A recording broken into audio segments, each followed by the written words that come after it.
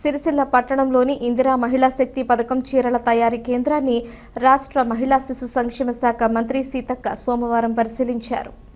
ఆమెతో పాటు రాష్ట్ర ప్రభుత్వ విప్ ఆది శ్రీనివాస్, చేనేత జౌళి శాఖ ప్రిన్సిపల్ సెక్రటరీ శైలజ రామయ్యార్ పాల్గొన్నారు. ఈ సందర్భంగా మంత్రి సీతక్క మాట్లాడుతూ, ఇందిరా మహిళా శక్తి పథకం చీరల తయారీ విధానం చూడటానికి సిరిసిల్ల వచ్చాను. ఇక్కడ పనిచేస్తున్న మహిళా కార్మికులు 12 నెలలు పని కల్పించాలని కోరుతున్నారు. ఈ విషయంపై ముఖ్యమంత్రితో చర్చించి వారికి సంవత్సరం అంతా పూర్తి స్థాయి ఉపాధి కల్పించడానికి అవసరమైన చర్యలు తీసుకుంటామని తెలిపారు. 1 కోటి మంది మహిళలను కోటీశ్వరులను చేయాలనే లక్ష్యంతో ప్రభుత్వం ముందుకు సాగుతోందని, మహిళలను ఆర్థికంగా బలోపేతం చేయడం ద్వారా సమాజ అభివృద్ధి సాధ్యమవుతుందని, బస్సు ప్రయాణం ఉచితంగా చేయడమే కాకుండా ఇప్పుడు బస్సులకు మహిళలనే యజమానులను చేస్తున్నామని పేర్కొన్నారు.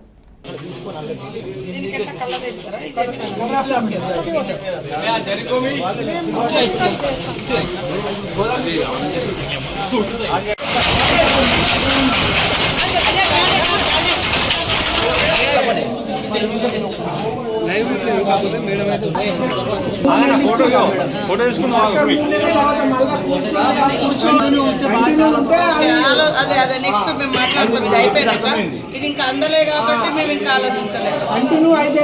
మళ్ళీ సీఎం గారితో మాట్లాడి ఇంకొక ఆర్డర్ కూడా తెస్తాం. ఏం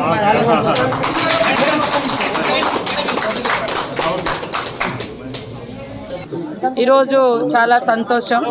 మేము చాలా రోజులుగా మరి మహిళా సంఘాలకు ఇవ్వాలనుకున్నటువంటి యూనిఫామ్ శారీస్ ఇక్కడ మా జౌళి శాఖ మంత్రి గారు తుమ్మల నాగేశ్వరరావు గారి ఆధ్వర్యంలో, మా సీఎం రేవంత్ రెడ్డి గారి యొక్క ఆదేశాల అనుసారం మా ప్రిన్సిపల్ సెక్రటరీ గారు మరి శైలజ రామయ్యర్ గారు వారు ఇక్కడ మన కరీంనగర్ జిల్లాలో ముఖ్యంగా సిరిసిల్ల, అదేవిధంగా చొప్పదండి వివిధ ప్రాంతాలలో నేతన్నలను గుర్తించి వారికి దాదాపుగా 64 లక్షల చీరలను మేము ఇక్కడికి ఆర్డర్ ఇవ్వడం జరిగింది. సరే, కొంత డిలే అయినప్పటికీ మరి అక్కడ ఉన్నటువంటి కార్మికుల యొక్క స్థితిగతులు, వారి యొక్క ఉద్దేశము, వారు నేస్తున్నటువంటి పని విధానాన్ని కూడా నేను ఎప్పుడు డైరెక్ట్గా సిరిసిల్లలో పరిశీలించలేదు. ఈరోజు మా స్థానిక మా విప్పు గారు, వెమ్లవాడ ఎమ్మెల్యే గారు, మా ఇక్కడ మీటింగ్లో పోయినా వాళ్ళ శారీ చూసి వీళ్ళు ఎస్హెచ్జి గ్రూప్స్ మహిళా సంఘాల వాళ్ళు అనేటువంటి గుర్తింపు కూడా ఉండాలనే ఉద్దేశంతో ముఖ్యమంత్రి గారు మహిళా సంఘాలలో ఉండేటువంటి వాళ్ళందరికీ కూడా ఒకే ఏకరూప దుస్తులని పెట్టి మరి ఒకే రకమైనటువంటి యూనిఫామ్స్ను అందించడం జరుగుతుంది.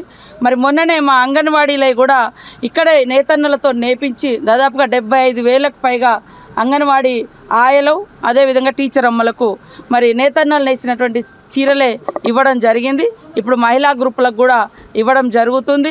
భవిష్యత్తులో దీన్ని రెగ్యులర్ చేయడం కోసం, ఎందుకంటే నేతన్నల బతుకులను బాగు చేయాలంటే వాళ్ళకు నిరంతరం ఉపాధి ఉండాలి కాబట్టి ఆ ఉపాధిని కల్పించే ఉద్దేశంతో ఎక్కడో మహారాష్ట్ర నుంచి అక్కడ నుంచి తీసుకొచ్చుకునే ఏదైతే మన ఫ్యాక్టరీ ఉందో ఇప్పుడు మనం వెమ్లవాడలో పెట్టింది, మరి ఆ ఐటమ్స్ కూడా ఇక్కడ అందుబాటులో ఉండాలని తీసుకొచ్చి పెట్టడం జరిగింది. కాబట్టి మేము మహిళా సంఘాలను బలోపేతం చేయడం ద్వారా, మహిళలను బలోపేతం చేయడం ద్వారా ఇవాళ ఎక్కడికన్నా ఒక 10,000 కావాలంటే వడ్డీ వ్యాపారం దగ్గర పోతే వడ్డీలకు చక్రవడ్డీలు వసూలు చేస్తారు.